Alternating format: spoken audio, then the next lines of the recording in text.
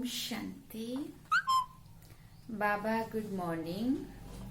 आज बाबा के 11 जनवरी 2021 के महावाक्य हैं। बाबा ने सार में कहा, मीठे बच्चे, मोस्ट विलव्ड शिव बाबा आए हैं तुम बच्चों को विश्व का मालिक बनाने। तुम उनकी श्रीमत पर चलो। प्रश्न पूछा बाबा ने, मनुष्य परमात्मा के बारे में कौन सी दो बातें एक दूसरे से भिन्न बोलते हैं?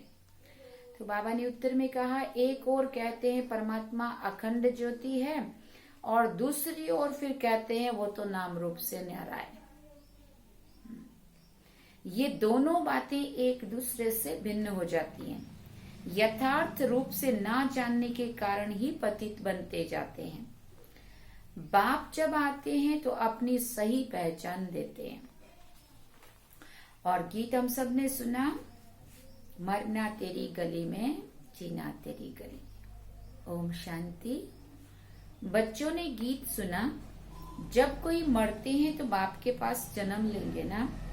कहने में यही आता है कि बाप के पास जन्म लिया, माँ का नाम नहीं लेंगे। बधाइयां भी बाप को दी जाती हैं। अभी तुम बच्चे जानते हो हम आत्माएं हैं, वो हो गई शरीर की बात। ये एक शरीर छोड़ फिर दूसरे बाप के पास जन्म लेते हैं। तुमने 84 जन्मों की 84 जन्मों में 84 साकारी बाप किए हैं। वास्तव में असुल हो निराकार बाप के बच्चे। भले शरीर से भिन्न भिन्न हमने हर जन्म में अलग अलग माँ बाप हमें मिले, परंतु आत्मा का पिता सिर्फ एक शिव बाबा ही है। तुम आत्मा परम पिता परमात्मा के बच्चे हो, रहने वाले भी वहां के हो जिसको निर्वाण धाम व शांति धाम कहते हैं। असुल तुम वहां के रहने वाले हो, बाप भी वहां रहते हैं। यहाँ आकर तुम लौकिक बाप के बच्चे बनते हो, फिर उस बाप को भूल जाते हो। वास्तव में उसके ही है और उसके वहां रहते थे, और जब यहाँ आते हैं जन्म लेते हैं तो लौकिक बाप के बच्चे जब बनते तो फिर उस बाप को भूल जाते हैं। देह समझने लगते, इसलिए शिव बाबा को ही भूल जाते। सतयुग में भी तुम सुखी बन जाते हो तो उस पार लौकिक बाप को भूल जाते हो। सुख में उस बाप का कोई सिमरन नहीं करते हैं, दुख में याद करते हैं, और याद भी आत्मा करती है। जब लौकिक बाप को याद करते हैं तो बुद्धि शरीर की तरफ जाती है। ये बाबा उनको याद करेंगे तो कहेंगे, ओ बाबा है दोनों बाबा, राइट अक्षर बाबा ही है। चाहे ब्रह्मा बाबा के लिए कहो चाहे शिव बाबा के लिए, लेकिन राइट अक्षर बाबा कहते बाबा ही है। ये भी फादर और वो भी फादर है ना। उस रूहानी बाप का माना आत्मा उस रूहानी बाप को याद करती है तो बुद्धि वहां चली जाती है। ये बाप बच्चों को बैठकर समझाते हैं, अभी तुम ये जानते हो बाबा आया हुआ है, हमको अपना बनाया है। बाप कहते पहले हमने तुमको स्वर्ग में भेजा, तुम बहुत बहुत साहूकार थे। वो याद दिलाया बाबा ने, तुम बहुत बहुत साहूकार थे। फिर 84 जन्म ले ड्रामा प्लान अनुसार अभी तुम दुखी हुए हो। अब ड्रामा अनुसार पुरानी दुनिया खत्म होनी है। तुम्हारी आत्मा और शरीर रूपी वस्त्र सतो प्रधान थे, फिर गोल्डन एज से सिल्वर एज में आत्मा आई, तो शरीर भी सिल्वर एज में आया, फिर कॉपर एज में आया। आत्मा की स्टेजेस परिवर्तन होती गई और आज एकदम आयरन एज में पहुंचे। आत्मा एकदम तमो प्रधान काली बन गई है। अभी तो तुम्हारी आत्मा बिल्कुल ही पतित हो गई है, तो फिर जैसी आत्मा वैसा शरीर भी पतित बन गया, तमो प्रधान हो गया।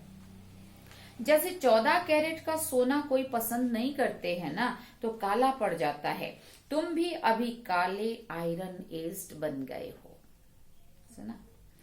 अब आत्मा और शरीर जो ऐसे काले बन गए हैं, फिर कैसे प्योर बनेंगे? बाबा पूछते हैं, जब यहाँ पहुंच गए काले हो गए तो अब प्योर और साफ गोरा कौन बनाए? तो बाबा कहते आत्मा प्योर बने तो शरीर भी प्योर मिले ना। वो कैसे होगा? फिर बाबा पूछते, क्या गंगा स्नान करने से? बाबा का प्रश्न है, क्या गंगा स्नान करने से गोरे होंगे? अभी आत्मा साफ होगी क्या? बाबा ने कहा नहीं, पुकारते ही है हे पतित पावन, ये आत्मा कहती है। बुद्धि पारलौकिक बाप की तरफ चली जाती है। हे बाबा, देखो बाबा अक्षर ही कितना मीठा है। भारत में ही बाबा बाबा कहते हैं। अभी तुम आत्म अभिमानी बन बाबा के बने हो। बाप कहते हैं मैंने तुमको स्वर्ग में भेजा था, नया शरीर धारण किया था, अब तुम क्या बन गए हो, ये बातें हमेशा अंदर रहनी चाहिए।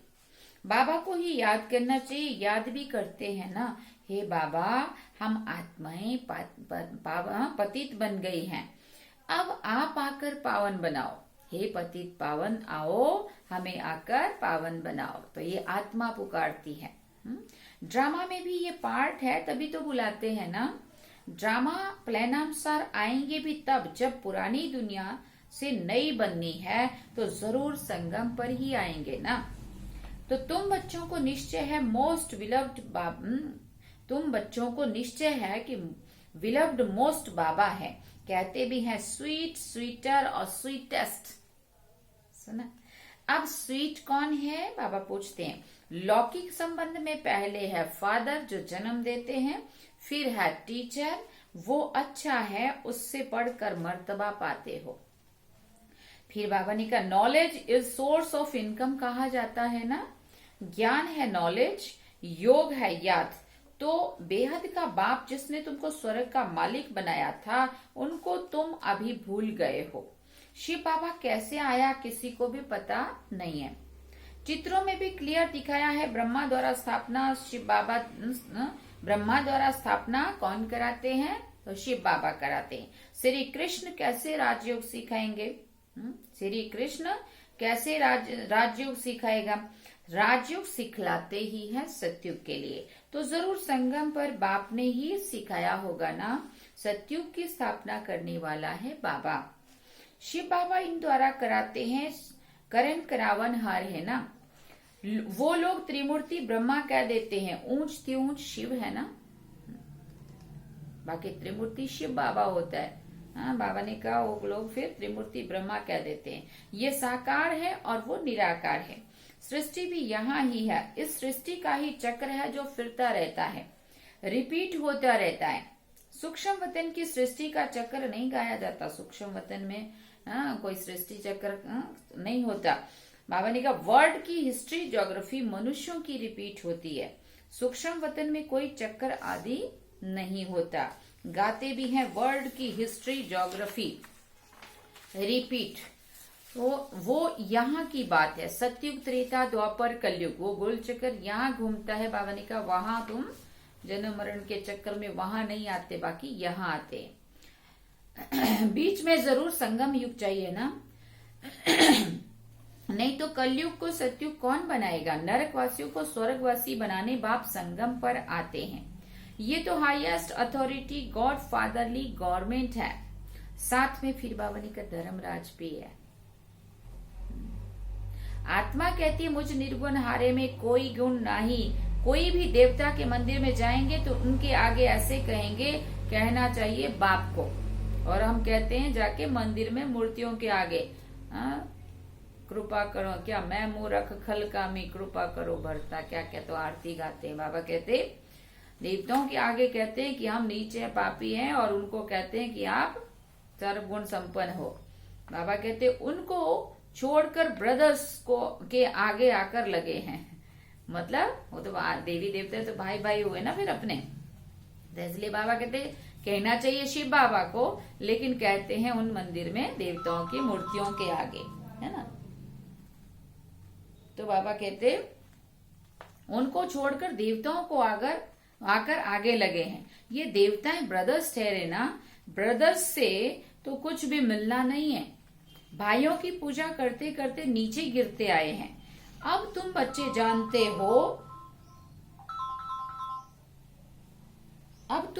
जानते हो कि बाबा आया हुआ है, उनसे हमको वर्षा मिलता है। बाप को ही नहीं जानते, सर्वव्यापी कह देते। कोई फिर कहते अखंड ज्योति तत्व है, कोई कहते वो नाम रूप से न्यारा है।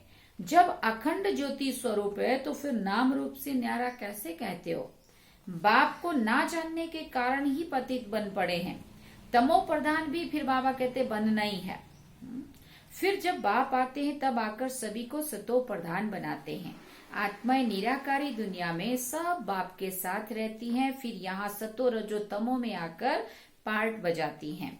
आत्मा ही बाप को याद करती है। बाप आते भी हैं, कहते भी हैं ब्रह्मा तन का आधार लेता हूँ।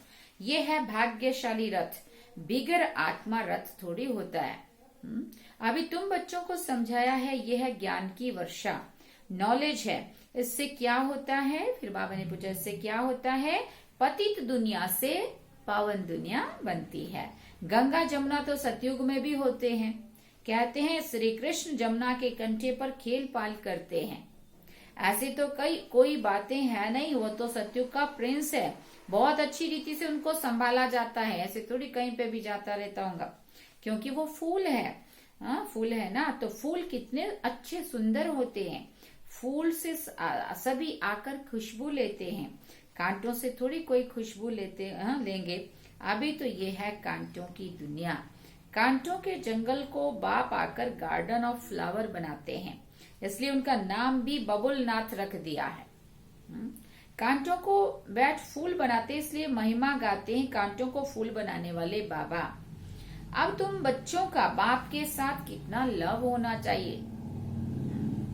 वो लौकिक बाप तो तुमको गटर में डालते हैं, देखो कितनी साफ सी बात है। ये बाप 21 जन्मों के लिए तुमको गटर से निकालकर पावन बनाते हैं। वो तुमको पतित बनाते हैं, तभी तो लौकिक बाप होते हुए भी पारलौकिक बाप को आत्मा याद करती है, क्योंकि उस आत्मा को पता है कि ये तो एक जन्म का मिला हुआ बाप है, वो मेरा इतना भला नहीं कर पाएगा जितना वो करेगा अनादि अविनाशी। अभी तुम जानते हो आधा कल्प बाप को याद किया है। बाप आते भी जरूर हैं, शिव जयंती भी मनाते हैं ना। तुम जानते हो हम बेहद के बाप के बने हैं। अभी हमारा संबंध उनसे भी है तो लौकिक से भी है। पारलौकिक बाप को याद करने से तुम पावन बनेंगे। आत्मा जानती है वो हमारा लौकिक और ये हमारा पारलौकिक बाप है। भक्ति मार्ग में भी ये आत्मा जानती है, तभी तो कहते हैं हे भगवान, ओ गॉड फादर, अविनाशी फादर को याद करते हैं ना। वो बाप आकर हेवन स्थापन करते हैं, ये किसी को भी पता नहीं है। शास्त्रों में तो युगों को भी कितना लंबा चौड़ी आयु देती है। ये किसी के भी ख्याल में नहीं आता कि बाप आते ही है पतितों को पावन बनाने। तो जरूर संगम पर आएंगे ना। कल्प की आयु लाखों वर्ष लिखकर मनुष्यों को भी घोर अंधियारे में डाल दिया है।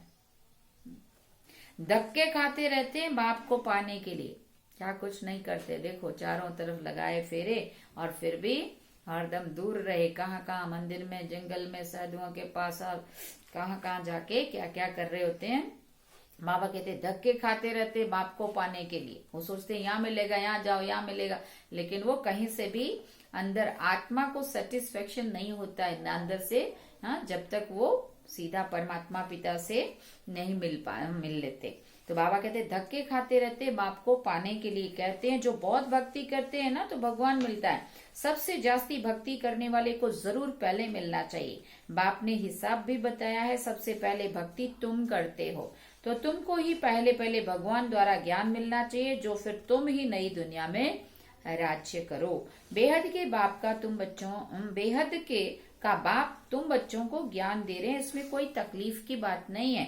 बाप कहते तुमने आधा कल्प याद किया है, सुख में तो कोई भी याद नहीं करते हैं, अंत में जब दुखी हो जाते तब आकर सुखी बनाते हैं। अभी तुम बहुत बड़े आदमी बनते हो, सुना, अभी तुम बहुत बड़े आदमी बनते हो। देखो चीफ मिनिस्टर, प्राइम मिनिस्टर आदि के बंगले कितने फर्स्ट क्लास होते हैं। वहां फिर गायें आदि सारा फर्नीचर भी ऐसा ही फर्स्ट क्लास होगा। तुम तो कितने बड़े आदमी बनते हो, कितने बड़े आदमी बनते हो, माना उन राजाओं के भी राजा, देवात्मा बन जाते हो, डबल ताजधारी, दैवी गुणों वाले देवता, स्वर्ग के मालिक बनते हो। वहां तुम्हारे लिए महल भी हीरे जवाहरात के होते हैं। वहां तुम्हारा फर्नीचर सोने से जड़ित फर्स्ट क्लास होगा। सुना, सारा दिन सोचना वहां क्या क्या होगा।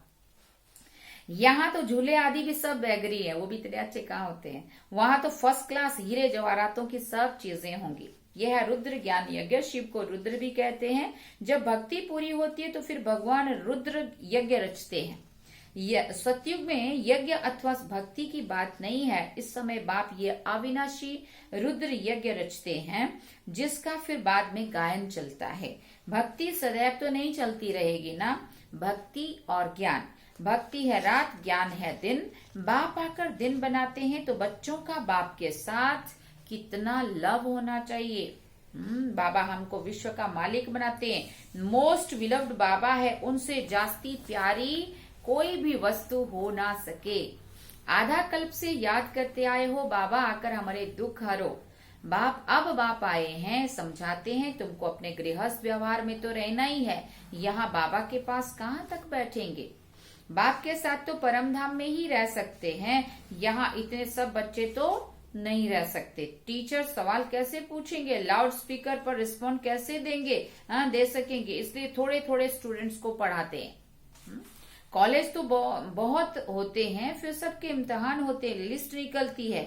यहाँ तो एक ही बाप पढ़ाते हैं। ये भी समझाना चाहिए दुख में सिमरन सब उस एक पारलौकिक बाप को करते हैं, उसका करते हैं। अब बाप आया हुआ है, महाभारी महाभारत लड़ाई भी सामने खड़ी है। वो समझते हैं महाभारत लड़ाई में श्री कृष्ण आया। बाबा ने कहा ये तो हो ना सके, बेचारे मूंझे हुए हैं ना, फिर भी श्री कृष्ण याद करते रहते हैं।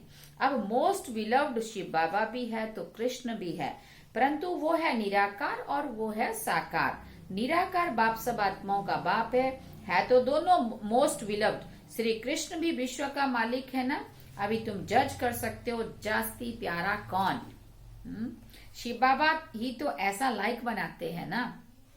श्री कृष्ण क्या करते हैं, बाप ही तो उनको ऐसा बनाते हैं, तो गायन भी जास्ती उस बाप का होना चाहिए जिसने उसको भी इतना प्यारा बनाया। शंकर का भी डांस दिखाते हैं ना। बाबा ने कहा वास्तव में डांस आदि की भी कोई बात नहीं है, बाप ने समझाया है तुम सब पार्वतियां हो। ये शिव अमरनाथ तुमको कथा सुना रहे, वो है वॉइसलेस वर्ड।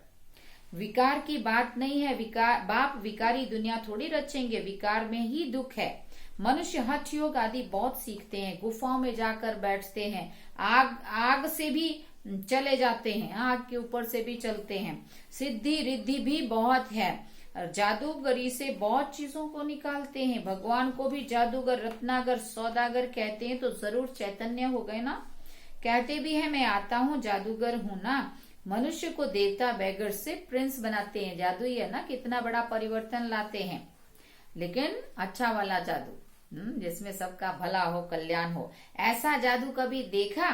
बाबा पूछते हैं। अच्छा, यहाँ पे बाबा मुरली पूरी करते हैं। बाबा ने कहा मीठे मीठे सिके लदे बच्चों प्रति माता पिता बाप दादा का याद प्यार और गुड मॉर्निंग। रूहानी बाप की रूहानी बच्चों को नमस्ते। हम रूहानी बच्चों की रूहानी माता पिता बाप दादा को दिल व जान सिकवा प्रेम से याद प्यार, गुड मॉर्निंग, नमस्ते, थैंक्स बाबा। अब धारणा के लिए मुख्य सार है। पहला पॉइंट, फूलों के बगीचे में चलना है, इसलिए खुशबूदार फूल बनना है, किसी को भी दुख नहीं देना है, एक पारलौकिक बाप से सर्व संबंध जोड़ने हैं। दूसरी बात बाबा ने कही, शिव बाबा प्यारे से प्यारा है, उस एक को ही प्यार करना है, सुखदाता बाप को याद करना है। वरदान में बाबा ने कहा इस लोक के लगाव से मुक्त बन, अव्यक्त वतन का सैर करने वाले उड़ता पंछी भव। इस लोक के लगाव से मुक्त बन, अव्यक्त वतन का सैर करने वाले उड़ता पंछी भव। बुद्धि रूपी विमान से अव्यक्त वतन व मूल वतन का सैर करने के लिए उड़ता पंछी बनो। बुद्धि द्वारा जब चाहो जहां चाहो पहुंच जाओ। अब ये तब होगा जब बिल्कुल इस लोक से के लगाव से परे रहेंगे। ये संसार आसार है, ये आसार संसार है। इस आसार संसार से जब कोई काम नहीं, कोई प्राप्ति नहीं, तो बुद्धि द्वारा भी जाना बंद करो। सुना कितना स्ट्रिक्टली बोल दिया बाबा ने। जब इससे कोई प्राप्ति नहीं, कुछ फायदा ही नहीं है, तो बाबा कहते इसमें जाना, बुद्धि से भी जाना बंद करो। माना बुद्धि वहां नहीं जानी चाहिए। ये रौरव नरक है, इसमें जाने का संकल्प और स्वप्न में भी ना आए। स्लोगन में बाबा ने कहा अपने चेहरे और चलन से सत्यता की सभ्यता का अनुभव कराना ही श्रेष्ठता है। अपने चेहरे और चलन से सत्यता की सभ्यता अनुभव कराना ही श्रेष्ठता है।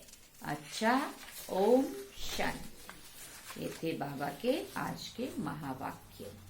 सार में बाबा ने कहा, मीठे बच्चे, मोस्ट विलोव्ड शिव बाबा आए हैं तुम बच्चों को विश्व का मालिक बनाने, तुम उनकी श्रीमत पर चलो। और गीत क्या सुना हम सब ने? मरना तेरी गली में, जीना तेरी गली में। ये भी फेवरेट सॉन्ग है, लेकिन ये मुझे नहीं आता है, इसलिए नहीं गाऊंगी क्योंकि मेरी वॉइस इतनी क्लियर नहीं है। मरना तेरी गली में, जीना तेरी गली में। चलो अभी बाबा को एक सेकंड याद करेंगे।